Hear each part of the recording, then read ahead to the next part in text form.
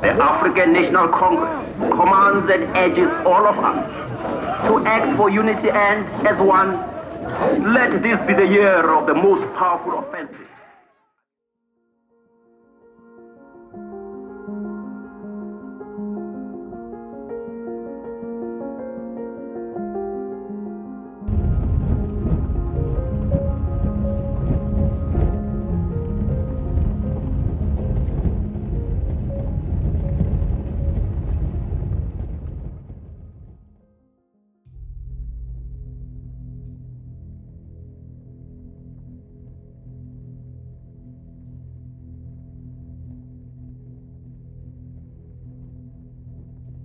I write books on history and find almost everything I start investigating reveals a truth different from what the average person who reads the mainstream media believes or who listens to the witterings of pop stars.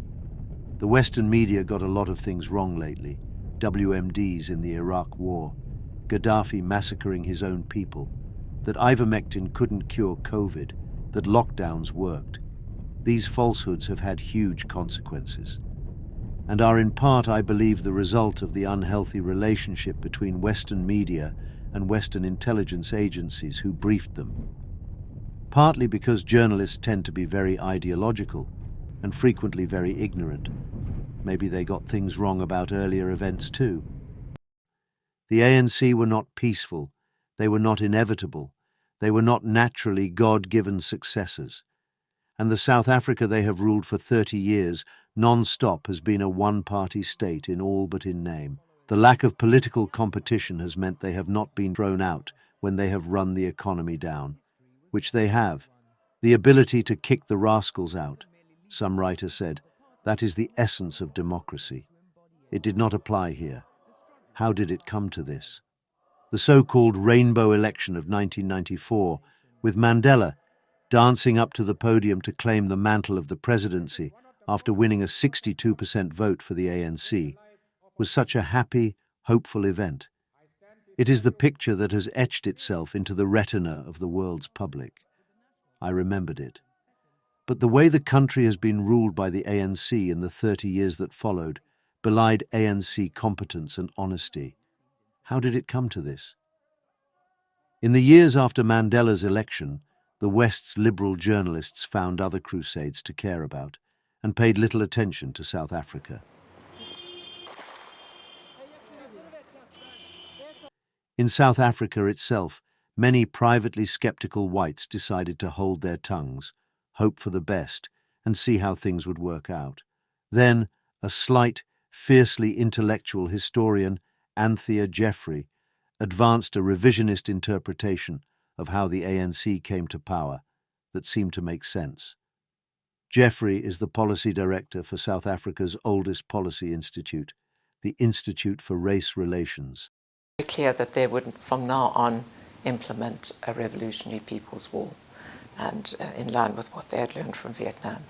And then after that, you have to look for the bits of it in various other publications, very often in the broadcasts on Radio Freedom, which were monitored by the BBC, and you could get transcripts of them.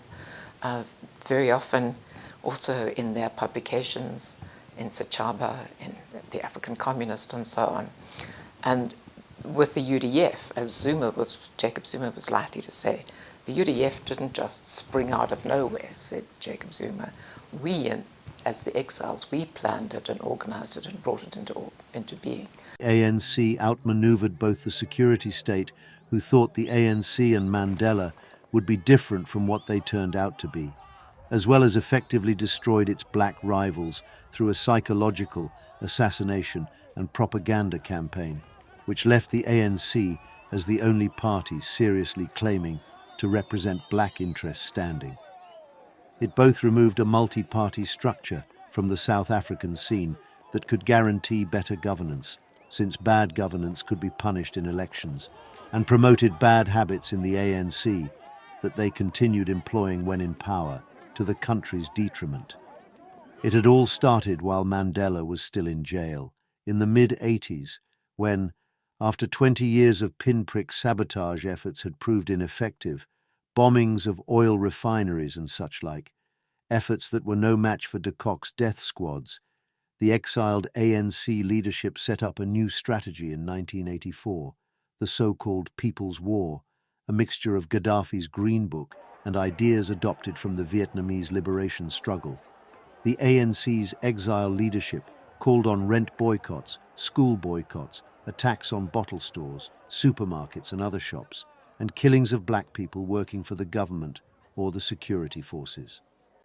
In the grim industrial townships in the area south of Johannesburg, in the Vaal region, where the ANC made its first efforts, stones were thrown at buses that dared take children to school, and black policemen were brutally killed. The central government was far too powerful and remote to act against, but these policemen lived locally and were vulnerable, and so could be punished. It was combined with a psychological campaign aimed at liberal opinion in South Africa and abroad, the creation of the United Democratic Front, which officially consisted of a large number of civic society groups, including church groups, to give an appearance of being a broad-based civic movement, but which were actually centrally organized by a small number of activists, all with ANC background, who each ran civil society groups that claimed to represent many people, but in reality were skeleton organizations with no real popular backing.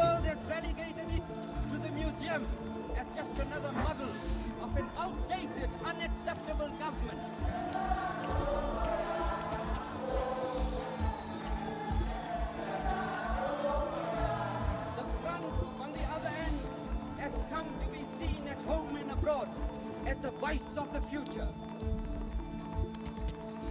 These were the civil society groups which so impressed Western journalists, diplomats and donors about the seriousness and breadth of the ANC's political purpose. It was pure propaganda.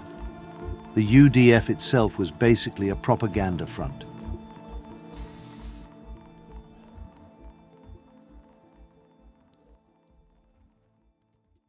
And I think huge numbers of South Africans believed that the UDF really was a very large organization, accurately reflecting the obvious anger and frustration of black South Africans. But it was probably more like the National Liberation Front in Vietnam, which vastly exaggerated the extent of its support. It claimed to have something like 7 million members organized in, I don't know, how many hundreds of thousands of affiliates. And the UDF, on a smaller scale, came up with similar claims. But there was a book that came out a little while later by, sorry, I can't remember the details, somebody who I think had been sympathetic to the UDF, had done a lot of research, and came to the conclusion that actually you'd have a small group of activists in a township, as in the Sebokeng ones, forming the Vaal Civic Association, the Vaal Residents Association, the Vaal this and the Vaal other. But it was in fact 20 people, not mass organizations, but they would seem to be this ferment, and they would all belong to the UDF. This made Western opinion happy. UDF was a public democratic front which promoted a new democratic South Africa abroad and presented itself at conferences like this one in Stockholm in February 1986. The UDF's chief public face was Reverend Alan Bosak, a man with an impeccable reputation for peace and moderation. While at home, the riots continued. Overseas aeroplanes and things like that. But this is a very, very opportune moment for the international community to really begin this kind of meaningful pressure that we have been asking for.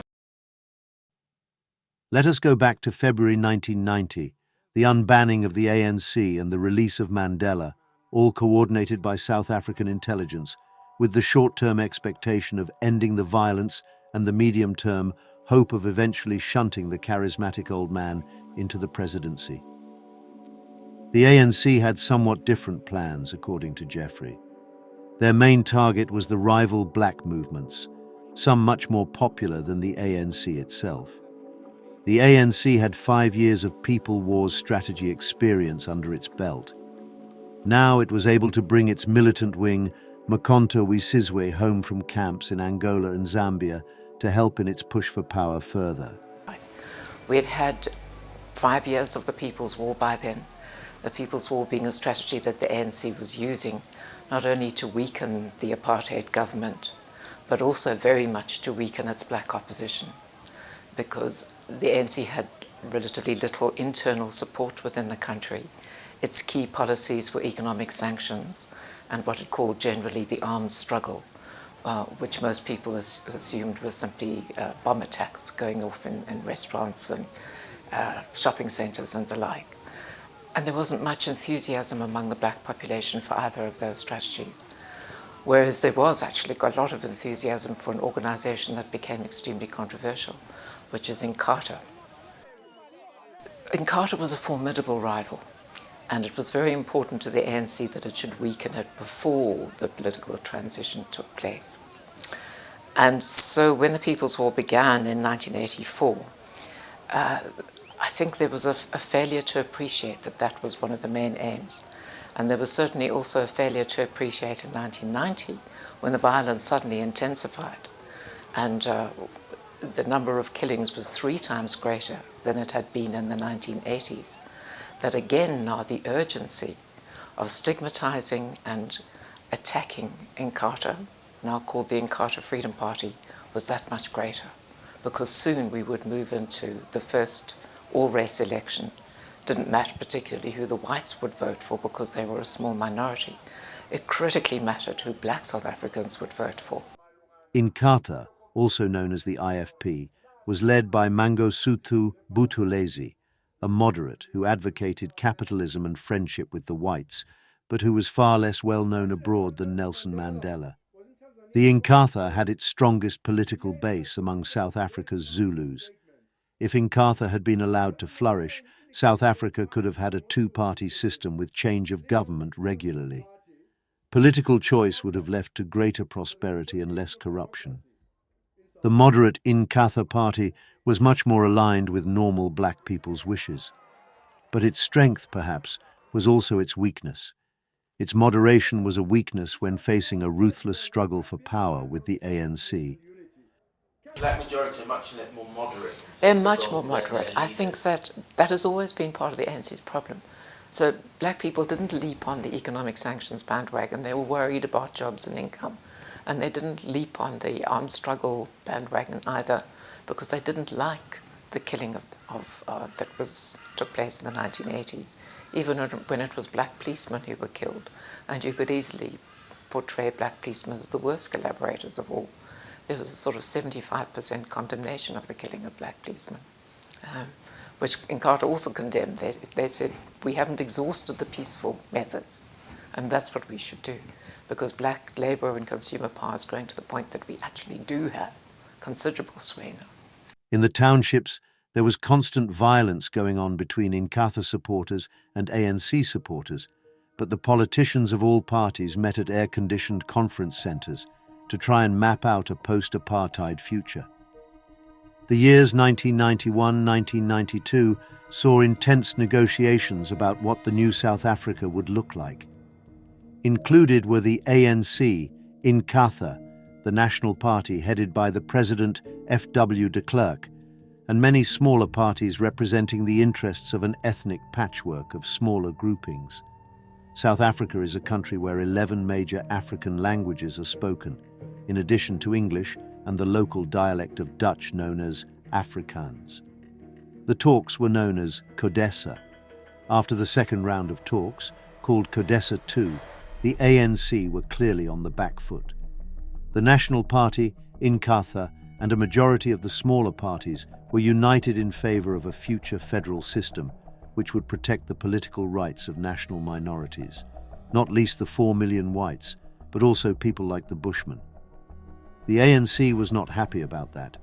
They wanted majority rule, a winner-takes-all system where the winner takes all the political power. Their adversary, FW De Klerk, was also looking too good for them. He had just won a mandate from his own people, the whites, who had just voted in a referendum to give him a mandate to move towards a multiracial democracy. He was winning plaudits from around the world as the white man who was bringing apartheid to an end. He was as popular as Mikhail Gorbachev, to whom he bore a certain resemblance. Two bad systems, Communism and apartheid were on their way out. Communism was already on the scrap heap of history. Apartheid was soon to follow. When De Klerk, winning on the federalism issue, started making headway on other aspects of the new constitution with the support of smaller black parties, ANC announced publicly that Codesa had failed. Mandela, who showed another face at home to what he did abroad, accused the regime of laying bare its fundamental contempt for democracy and its unmitigated desire to hang on to power. This was unfair. The ANC were playing the race card. De Klerk remained committed to a negotiated non-racial democracy. He just wanted checks and balances on executive power. So what could the ANC do to destroy its rivals? Boipatong was a township 70 kilometers south of Johannesburg, of small brick houses overlooked by the smokestacks of a huge steelworks. ANC and Inkatha supporters in the area had been in conflict for years. On the 17th of June 1992, it all exploded. Massacre of 39 people at the Boipatong squatter camp on Wednesday night. The ANC Secretary-General blamed President De Klerk for the murders and warned that the negotiations on South Africa's future were in serious danger. Through the morning winter smog, a minority of the people of Boipatong make their way to work. Others stay behind in the township. The strike is a protest against a massacre. People still angry, huh? They are still angry. They are still angry. Equally outraged, Archbishop Tutu, who visited Boipatong this afternoon and offered his verdict. Absolutely barbaric, yes, and we are just... In the violent struggle between two competing groups of activists, Inkatha and ANC, taking place in Boipatong and indeed elsewhere, the ANC had gained the upper hand. So the Inkatha supporters had barricaded themselves into a large concrete hostel, formerly used by steelworkers. It was called KwaMadala and had become a prison as well as a sanctuary for hundreds of men, women and children. It was often that hostel residents were turned away from the local hospital because of their Inkatha affiliation, and taxis would not drop off at the increasingly fortified building. The few dwellers who ventured out to the nearby supermarket were frequently attacked. In the week before the massacre, 3 Zulus were picked off and murdered near the hostel by groups of ANC-affiliated youths. One woman was necklaced for having a Zulu boyfriend in the hostel. Necklacing was a gruesome method of execution used in South Africa by street mobs.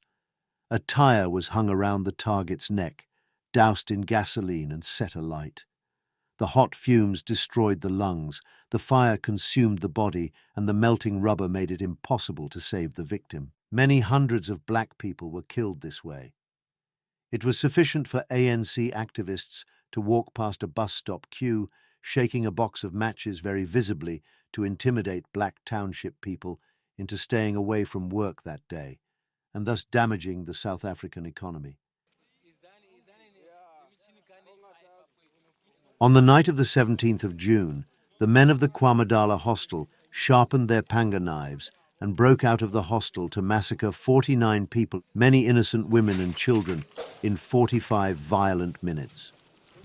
This immediately became a global news story as Western journalists flocked down from Johannesburg to report on the event, with a strongly ANC tilt. The international media had not covered the series of provocations against the Inkatha, not just at KwaMadala, but at many other places, all of which added up to justifiable motives for the Inkatha to counterattack.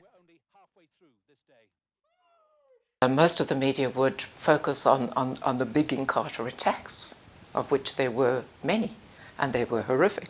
So you had something like the Boipatong massacre, in which 45 people were killed. You had the Swanepoel massacre, in which something like 22 people were killed.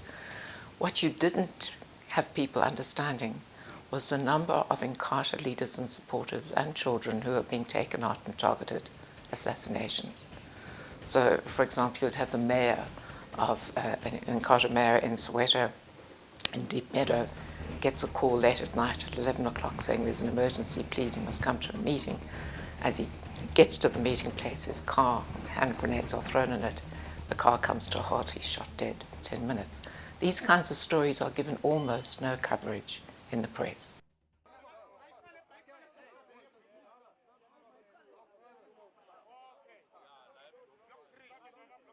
The ANC carried out atrocities, and the media had not covered it.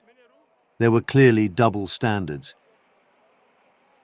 When the cornered workers and their families at the KwaMadala struck back and massacred 49 ANC supporters and their families with panga knives, it became a world news story. The ANC made hay of the event and added a twist, that the South African police were complicit in the massacre. They invented a new phrase for this. They called it a third force, which intervened on behalf of the Inkatha. Allegations about Inkatha and security force cooperation had been floated in a vague way by the ANC for some time, but now the issue had suddenly found a focus. That day, the Secretary-General of the ANC, Cyril Ramaphosa, blamed De Klerk personally. In Johannesburg, the ANC marched on the headquarters of police intelligence. They accused Zulus, members of the rival Inkatha Freedom Party, of the killings and the government of complicity. De Klerk must give a full account on why he continues to slaughter our people. They then demanded the presence of a senior intelligence officer they accused of knowing about the planned massacre. We are here to ask Colonel Arose to come out, and to come out now. Incredibly, the colonel responded. He emerged, called the angry crowd comrades, and then issued a denial. No information was received by the South African police, by me myself, that any violence was expected at Boipatong. Charges and denials as the people of Boipatong prepare to bury their dead. John Harrison, BBC News, Johannesburg. But a lie can go 7 times around the world before the truth gets its boots on, as a saying goes. The truth about Boipatong took months and years to crystallize. Long before the inquiries and trials did their painstaking work, journalists, activists, world opinion, and not least the ANC leadership had already made up their minds. Some may have been complicit in the lie, others were not, but believed the propaganda. De Klerk was booed and jostled when he came down to Boipatong on the 20th of June. Mandela came down to Boipatong the day after, and to the cheers from loud crowds laid the full blame on De Klerk and his security forces. To our people, why we continue to talk to a government, to a regime, which is murdering our people.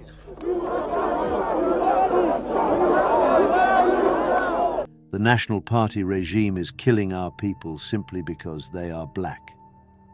At the end of the appeal, Mandela called for international intervention and called for a special session of the UN Security Council. In reflection of the pressure from hardliners in his party, he called off all talks with the National Party and De Klerk.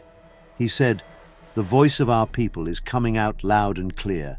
Their demand is no more contact with the regime." De Klerk, having been riding high in global opinion as a peacemaker just 2 months before, now found himself on the defensive. As TV pictures of his mishandled trip to Boipatong, where he was heckled and booed, went around the world, South African government anxieties grew about the danger of an international monitoring scheme and a resumption of sanctions. The British government summoned the UN chief, Boutros Ghali, to London and sent him down to South Africa on a fact-finding mission. Mandela put further pressure on De Klerk through the Organisation of African Unity and travelling to New York to address the UN in person on the massacre. He said, "We have been confronted by an escalating cycle of violence. Representatives of the South African government will also address you. However sweet-sounding the words they may utter, they represent a system of white minority rule to which the United Nations is opposed." Before long, it was time for the next political play. According to De Klerk's intelligence chiefs, the next step in their attempt to make South Africa ungovernable was to strike at the regions, the homelands, formed during apartheid, led by black leaders who shared with Buthelezis Inkatha the desire for moderate federalism and were generally sympathetic to De Klerk. The most fragile of the three was Ciskei, led by Brigadier Kokozo. The ANC sent 50,000 people to a demonstration in August 1992 to Bisho, the capital of the Ciskei. This was peaceful, but in the weeks that followed, Ciskei policemen were intimidated and threatened. 5 were killed. A second march on Bisho was planned at the end of August, along with a demand that Kokozo resign from office. The ANC pledged to occupy Bisho for as long as required to achieve this goal. ANC leaders travelled to neighbouring towns to recruit support, and on the day large numbers of ANC sympathisers were bussed on. In a dramatic speech just outside the entrance to Bisho, ANC intelligence chief Casrills, who led the march, called Kokozo De Klerk's puppet and kitchen boy. Separated by a razor wire that marked the frontier to the homeland, Ciskei riot police were deployed, equipped with tear gas and rubber bullets. Suddenly, however, Casrill veered off left, led very quickly a smaller crowd into the stadium, out through a tunnel and into Bisho itself, through a hole in the wire barrier on the other side that he had previously identified. It all happened very fast, and suddenly Casrills and his marchers came face to face with the final line of the homeland's defense, soldiers armed with live ammunition. Firing ensued and 29 ANC marchers lost their lives. Casrills later admitted it had been a preconceived strategy to occupy Bisho, though he also claimed he had not expected that final line of armed soldiers to be waiting there. It was either a reckless gamble or a deliberate provocation to create martyrs and outraged pro-ANC headlines in the world's liberal media outlets, which duly happened. Asked if he regretted the move, he said later that casualties take place all the time. We cannot regret going forward. Direct talks between the ANC and the National Party on the ANC's terms were now implemented in a move which effectively isolated De Klerk from the black moderate majority, including the Inkatha, which had supported his federalist, moderate approach to a new constitution. Just to make the point, in September 1992, the ANC called for a new campaign of stayaways. Unlike in June, millions obeyed and the country ground to a halt. In late 1993, Buthelezi called on a meeting with De Klerk, where he said that the Inkatha had been subjected to unprecedented propaganda and a campaign of serial killings in which more than 310 of its leaders had been assassinated. Inkatha could not continue to participate in negotiations on this basis, but the Negotiation Council, the central body coordinating the transition, would not touch the matter. The ANC, trailing in the polls in 1992, was by 1993 leading the polls and pushed for an election. The date was set for April 1994. Behind the scenes of multiracial smiles, the campaign was dirty. Many of the ANC's adversaries found it difficult to operate. The National Party's Director of Research said there had been more than 200 assaults and murders on NP members. There was the ever-present threat of necklacing hovering. By March 1994, the National Party had given up all attempts to campaign in the ANC-dominated province of the Eastern Cape. Meanwhile, Inkatha, which had been under attack throughout in the past 2 years, found that it had been so stigmatized it was unable to campaign in many regions where it had once had major support. After dozens of Inkatha supporters were gunned down outside ANC's national headquarters by ANC security guards and snipers, a state of emergency was established in KwaZulu-Natal, the Inkatha's home province. Martial law hampered Inkatha's campaigning. Finally, Election Day, the 27th of April 1994. I remembered it as a day of optimism and hope. The Western media my liberal self consumed so much in those days compared the vote to the abolition of slavery in the United States. Behind the breathless coverage, what was really going on, and what do we know now that we did not know then? The ANC won by a handsome 62% of the vote, which allowed them to form a strong government. There were allegations of voter fraud. Temporary voting cards that did not require ID were issued by the millions, which meant people could vote twice.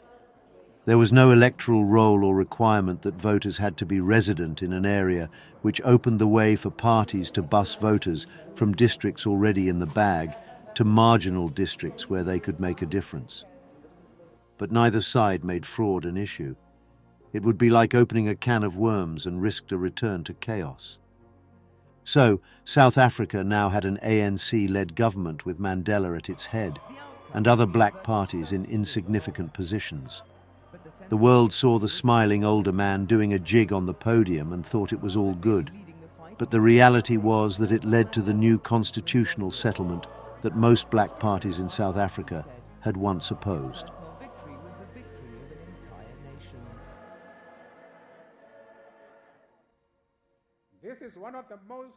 This image of the peaceful transition to a new, better, non-racist South Africa, this happy moment in the country's and the world's history, as seen here at the stately inauguration a few weeks after the election, this image represents what people think was the new South Africa, then and forever after. And then the public lost interest, and the media lost interest. The Rainbow Nation lived happily ever after, as a country ruled by a man whom the Western media had anointed practically a saint.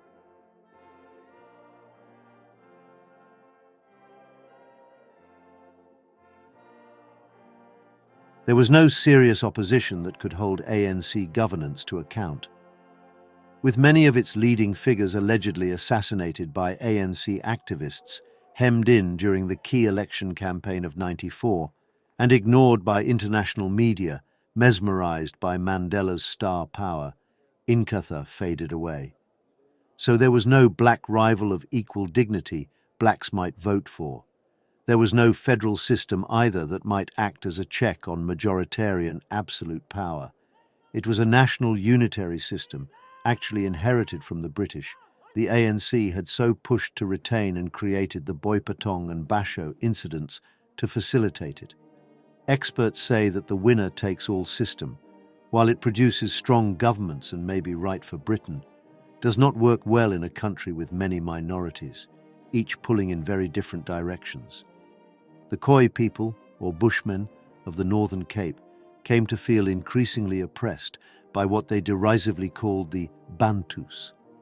The white parties, the Conservatives, the National Party, and the Volksfront also faded away, as many whites became apolitical or emigrated. At the next election, the ANC, under Mandela's successor Thabo Mbeki, was the uncontested force in the country, and it has ruled with a great automatic majority ever since. The South Africa we see today is a product of that permanent majority and therefore of the underhand efforts in the run-up to the 1994 elections. Has the country become worse or better since apartheid? Were some of the fears of those who wanted to break the transition, steer it in a certain direction, or even stop it altogether justified? I asked the historian Robin Binkes, who is so pro-ANC a few years ago, the address of his website, where he sells his book and offers tours of Johannesburg, was the Spear of the Nation. That is the English language translation of Umkhonto we Sizwe, the ANC guerrilla movement.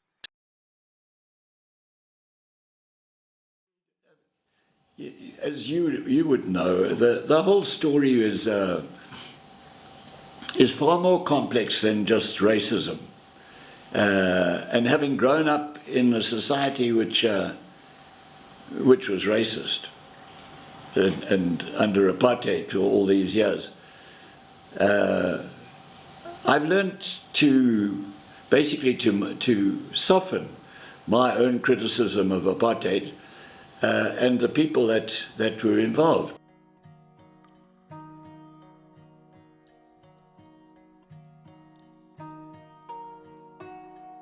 The ANC's victory was complete, its people's war strategy successful.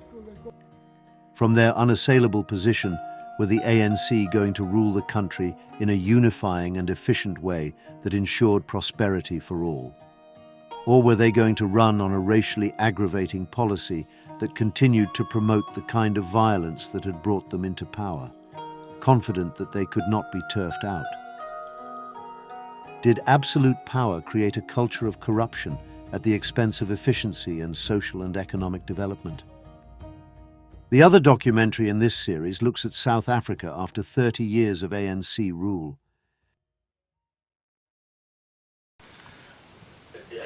Apparently the railways are being ripped. Absolutely, as well. Yeah. And that again seems to be done with an extraordinary level of planning and organisation. So they say it used to be two guys who would pitch and they'd try and steal the copper cables from the overhead thing. That was one. But now we have the rails themselves being taken up, and you've got armed gangs, 20, 30 people with automatic rifles who seem to be able to plan an operation, they say, with military precision. And the security people who are supposed to guard the tracks cannot in any way begin to act against that level of firepower, and the police mostly don't pitch up. They always have a reason why they can't. This culture of violence is something that came from the ANC in the People's War? In a way you could say it was, because we had a level of violence unleashed in the country which was unprecedented, particularly in that period from 1990 to 1994, after political liberalisation. After, as I said, De Klerk had thrown open the door to democracy. You didn't need to batter it down, but you did need to destroy your political rivals, and you did need to put huge pressure on the negotiation process. So we had this extraordinary level of violence with a lot of attacks on the police. So you had more than 1,000 policemen killed in that period from 1990 to 1994. You had, in the first 7 months of 1993, 1,700 policemen injured. So they were constantly under attack. And what you are teaching people is that you can directly attack the forces of law and order, that this is a good thing to do. The bond boycott, which began then, the rent boycott, which began then, still persists to this day. And the strategies of mass action which were taught, I think, still continue. But if you're going to have effective mass action, it's always got to be organised, as it was in Delmas, as it was in the July riots last year, where, again, increasing evidence coming out that there were certain people who had planned and made sure that the necessary tyres were there, bus people in from the informal settlements so that they would do the looting, and gave them the wherewithal to actually burn down the warehouses and the shopping centres that were razed to the ground. It was a combination of organisation and mass distress with the groups that you could mobilise. And all those techniques were used in the People's War as well.